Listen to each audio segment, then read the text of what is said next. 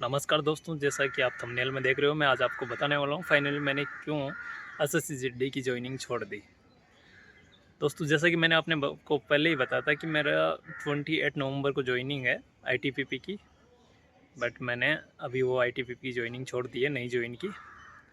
हालांकि मेरे को एक दूसरा लेटर भी आया जिसमें मेरे को 1 महीने का टाइम दिया गया है, जिसके अंदर बोला गया है कि आप 27 दिसंबर तक ज्वाइन कर सकते हो आईटीपीपी। बट अभी मूड नहीं है ज्वाइन करने का, तो फाइनली मैंने छोड़ दी है, मतलब ज्वाइन नहीं की है आईटीपीपी। तो मैं आपको ये बताने वाला हूँ कि मैंने क्यों नहीं ज्वाइन की और इतना लेट क्यों हुआ मेरा ज्वाइनिंग प्रोसेस। दोस्तों, ये 2022 वाली वैकेंसी थी जिसका एग्ज़ाम जनवरी 2023 में हुआ था और इसका फिर फिजिकल हुआ था मार्च 2023 में। फिजिकल के टाइम में मेरे को थोड़ा फिंगर इश्यू हो गया था और फिंगर नहीं आने की वजह से मेरे को एक 70 पेज का फॉर्म भरवाया गया और फिर बोला गया कि फिजिकल करवा दिया गया और मैं फिजिकली पास भी हो गया। फिर हमारा अगस्त में मेडिकल करवाया गया और मेडिकल के टाइम में किसी प्रकार का फिंगर इश्यू नहीं हुआ था और मेरा मेडिकल प्रॉपरली सही ढंग से हो गया और मैं पास भी हो गया बिना किसी पॉइंट के। फिर जब ज्वाइनिंग मेरिट लिस्ट आई तो मेरे 135 नंबर थे, जिसकी वजह से 135.10 थे और आईटीपीपी की टॉप गई थी 135 नंबर, इसलिए मेरे को आईटीपीपी की पोस्ट मिली। बट जो फाइनल मेरिट लिस्ट आई थी उसमें मेरे को विथहेल्ड कैंडिडेट में डाल दिया था, जो विथहेल्ड कैंडिडेट की अलग से एक लिस्ट आती है उसमें डाल दिया था।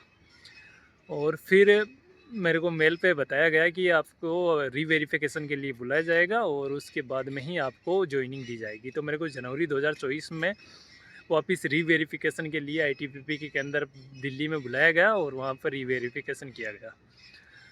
फिर मेरे को बोला कि अगले बैच के साथ आपको ज्वाइनिंग दे दी जाएगी और अभी मेरे को 28 नवंबर को ज्वाइनिंग दी गई और मेरा ज्वाइनिंग लेटर मतलब अक्टूबर में आ गया था वैसे, और बोला कि 28 नवंबर को आपको ज्वाइन करना है। बट जब तक पूरी 1 साल इतना प्रोसेस डिले हुआ उतने में पूरा मूड ही चेंज हो गया और मैंने फाइनली आईटीपीपी नहीं ज्वाइन की। तो मैं आज आपको बताने वाला हूँ कि मैंने क्यों आईटीपीपी ज्वाइन नहीं की।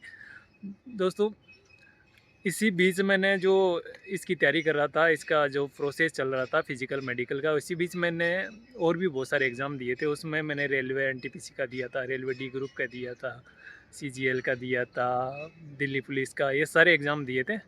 दिल्ली पुलिस है वो हेड AWO का। बट फिर मेरा उसी बीच में इसमें रेलवे डी ग्रुप में फाइनली सिलेक्शन हो गया था मई में। तो मैंने फिर मई में ज्वाइन कर ली थी और फिर इधर से ही छुट्टी लेके मेडिकल देने गया था उसका। बट अभी फिर जब ज्वाइनिंग लेटर आया तो सभी दोस्तों को, बहुत सारे जो दोस्त मेरे साथ वाले जो लगे थे SSC में लास्ट वैकेंसी में, उनसे राय ली कि यार भाई क्या करना चाहिए, ज्वाइन करना चाहिए या नहीं करना चाहिए। इसका बेसिक ज़्यादा था, इसका रेलवे डी ग्रुप का 18,000 बेसिक है, बल्कि इसका 21,700 बेसिक था।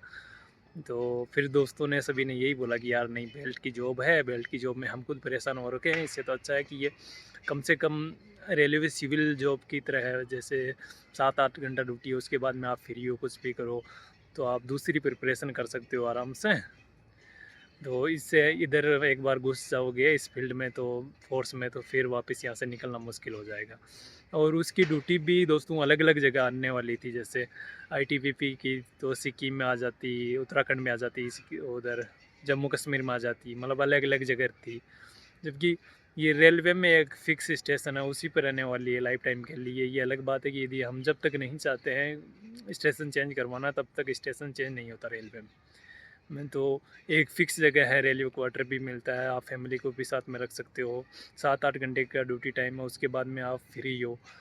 ऐसा नहीं कि यहाँ बीच में आपको कोई बुला ले, वैसा सिस्टम नहीं है। 7-8 घंटे की ड्यूटी करने के बाद में आप बिल्कुल फ्री हो, मोस्टली फ्री हो। कभी कभी इमरजेंसी हो तो अलग बात है। बट फोर्स में आप ना फैमिली से इसे साथ में रख सकते हो, और एक फ़ोर्स होती है, एक सिविल जॉब होती है।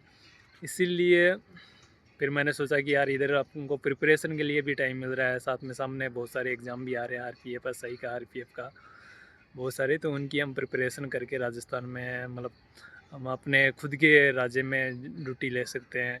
और इसमें रेलवे में ट्रांसफ़र भी हो जाता है 5-6 साल बाद में।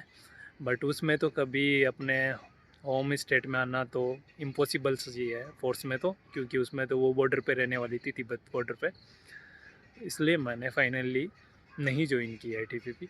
बाकी आप बता सकते हो कि मेरे को ज्वाइन करना चाहिए या नहीं करना चाहिए। अभी 1 महीने का टाइम है मेरे पास में 27 दिसंबर तक का, तो अपनी राय कमेंट बॉक्स में दे सकते हो। जय हिंद।